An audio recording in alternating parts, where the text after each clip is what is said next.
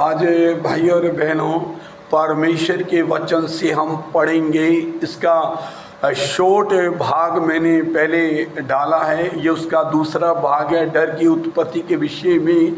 मेरे अजीज भाई और बहनों, आज वर्तमान के समय में सारी सृष्टि, पूरी कायनात, पूरी खिलकत में एक भय की आत्मा कार्यशील कर रही है। मेरे अजीज भाई और बहनों, परमेश्वर का वचन कहता है पहला यूहन्ना 4:18 में, सिद्ध प्रेम भय को दूर करता है।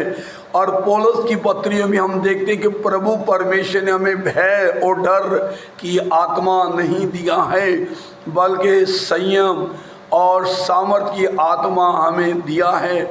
मेरे अजीज भाई और बहनों, आज हम इस वर्तमान के समय में हम देखते हैं परमेश्वर के वचन के मुताबिक, मेरे अजीज भाई और बहनों, पढ़ेंगे आज सारी सृष्टि में, सारी कायनात में, पूरी सृष्टि, पूरे संसार के अंदर मेरे अजीज भाई और बहनों, हर एक मनुष्य डर के तले दबा हुआ है।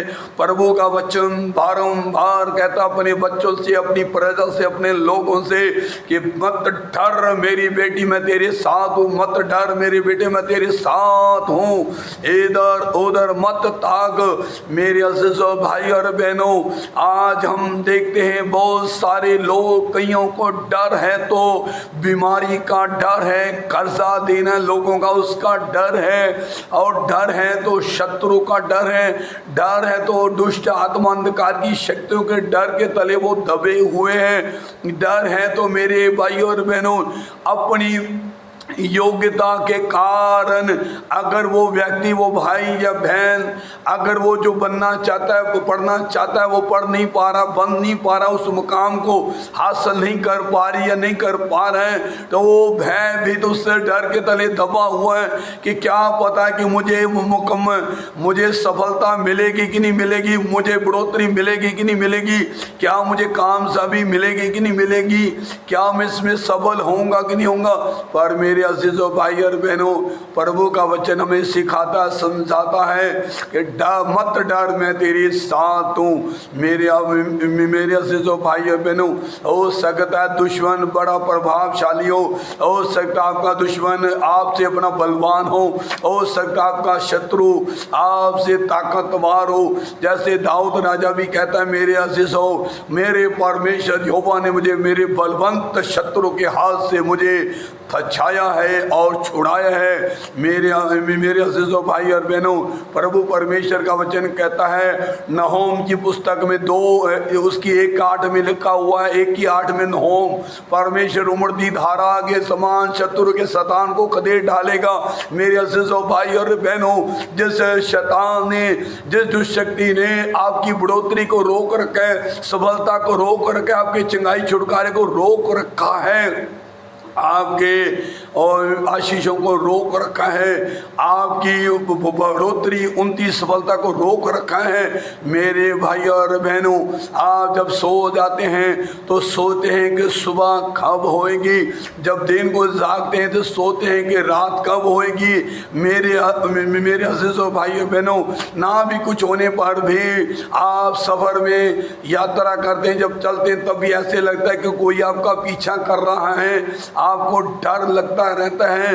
पर मेरे भाई और बहनों, प्रभु की आत्मा, प्रभु का वचन कह रहा है कि मत डर मेरी बेटी, मेरे बेटी, मत डर, मैं तेरे साथ हूँ। मेरे अजीज भाई और बहनों, 2012 के अंदर 20 प्रकार से अनुभव से होकर मैं भी गया हूँ। मेरी हालत काफ़ी सीरियस थी, मैं आईसीयू में था, और मेरे भाई और बहनों, उस समय मैंने भय का सामना किया था। कई प्रकार के रोग मेरे को हो चुके थे, जैसे कि शुगर है और उल्टी है, लूज मोशन है, और बीपी अपना लो हो चुका था, और फीवर बड़ा हाई हो गया था, सर पे बड़ा बर्फ रखी जा रही थी, मेरे को कोई भी पता नहीं चल रहा था। उन दिनों में मैंने भय वाली आत्मा को देखा। मेरे अजीजों भाई और बहनों, मैं आपको कहना चाहता हूँ, प्रभु परमेश्वर कहता है कि मत डर, इधर उधर मत ताक, मैं परमेश्वर तेरे साथ हूँ, मैं तेरी मदद करूँगा, मैं तुझे संभालूंगा, मैं तुझे तुझे छुड़ाऊंगा, मैं अपने धर्म में धन्यवाद से तुझे संभाले रहूंगा। मेरे भाई और बहनों, आप परिस्थितियों से डर रहे हैं, हालातों से डर रहे हैं, कर्जा देना लोगों को उससे डर रहे हैं, अपने शत्रु से डर रहे हैं, अपने बीमारी से डर रहे हैं और दुष्ट आत्मा से डर रहे हैं। मेरे भाई और बहनों, प्रभु का वचन कहता है कि तुम्हारा दुश्मन चाहे कितना भी बलवान ताकतवर हो, पर प्रभु का वचन कहता है, दूसरा राजा की पुस्तक में हम पढ़ते हैं, दूसरा राजा 6 अध्याय का 15 से 17 तक आप पढ़ सकते हो। प्रभु का वचन कहता है गेहजी अलीशा के संग रहता था, इतने बड़े अभिषेक दास के संग रहता था, परमेश्वर के श्रेष्ठ दास के संग रहता था।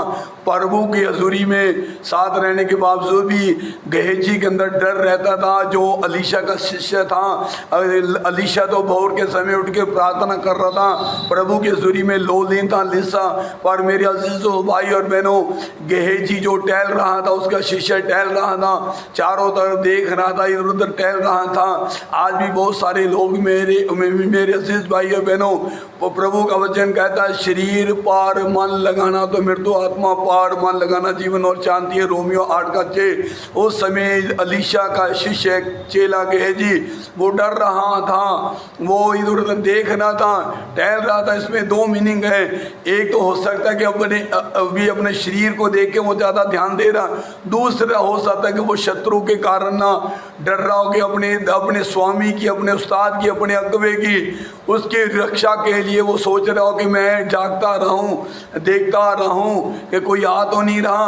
पर मेरे अजीजों भाई और बहनों, जब गेहजी ने राजा के घोड़ों रथों को देखा आते हुए तो वो डर गया। मेरे भाई और बहनों, प्रभु का वचन कहता है, अलीशा ने कहा मत डर, जो उनकी ओर है, जो हमारी ओर है, वो उससे बड़ा और अधिक है। आज मेरे अजीज और भाई और बहनों, परमेश्वर का वचन कहता है, व्यवस्था विवरण का पुस्तक 20 की 1-2 में लिखा है, जब तू युद्ध करने, इस समय हमें हाथों से युद्ध नहीं करना, हथियारों से युद्ध नहीं करना। प्रभु परमेश्वर का वचन कहता है ये आत्मिक युद्ध है, ये युद्ध हमारा लहू और मांस से नहीं है, बल्कि अंधकार की आत्मिक दुष्ट आत्मा की सेनाओं से जो हमारा युद्ध है, उनसे लड़ाई है। मेरे अजीजों भाइयों और बहनों, चाहे कोई भी कबीला, कोई भी कुटुंब, कोई भी समूह, कोई भी झुंड आपके विरोध खड़ा हो रहा है, सुसमाचार को रोक रहा है, प्रभु की आराधना को रोक रहा है, प्रभु की मीटिंग को रोक रहा है, वो प्रभु के दासों को मार रहा है, वो भी मेरे अजीजों एक मनुष्य है, वो भी एक आत्मा है, वो भी एक प्रभु की सृष्टि है, वो भी परमेश्वर की समानता है, परंतु वो ना समझी से ये सारे काम कर रहा है। मेरे अजीजों, एक ही हथियार है हमारे पास है, वो है प्रार्थना, वो है प्रभु की सामर्थ शक्ति, वो है परमेश्वर का प्रेम, जिसको कहते हैं अगापे प्रेम। जब वो हमारे अंदर होगा तो मेरे अजीजों, हम हर परिस्थिति का सामना कर सकते हैं। प्रभु का वचन कहता है, ये वचन ऐसे नहीं लिखे गए, ये वादे, ये प्रतिज्ञा, ये प्रोमी, जहाँ कहा गया मैं शत्रु के आगे तुम्हारे लिए मेज बिछाऊंगा, ये वादे ऐसे नहीं लिखे गए। इसमें कहा गया है कि मैं जिस किसी का चाल चलन प्रभु को भावता है, तब उससे शत्रु से भी मेल करवाता है। ये प्रतिज्ञाएं, प्रोमिस, वादे ऐसे नहीं लिखे गए हैं जिसमें क्या निश्चय मैं तेरी भलाई के लिए तेरे शत्रु दुश्मनों से प्रार्थना विनती करवाऊंगा।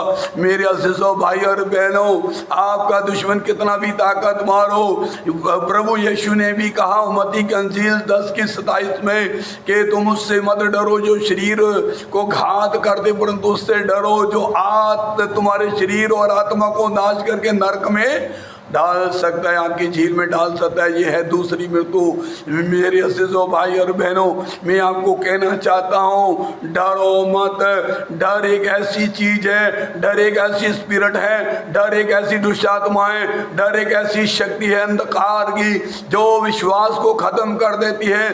डर एक ऐसी चीज है आपके भरोसे को खत्म कर देती है। डर एक ऐसी चीज है मेरे अजीजों, आपके हौसले को, आपकी हिम्मत को खत्म कर देती है। देखिए, डर एक ऐसी चीज है, आपके पास अधिकार होने के बावजूद, सामर्थ होने के बावजूद, शक्ति होने के बावजूद भी आपके पास है, उधार है, आप एक धर्मी हो, आप एक प्रभु की बेटी बेटा हो, फिर भी डर जब आ जाता है तो ये सब कुछ समाप्त और खत्म हो जाता है।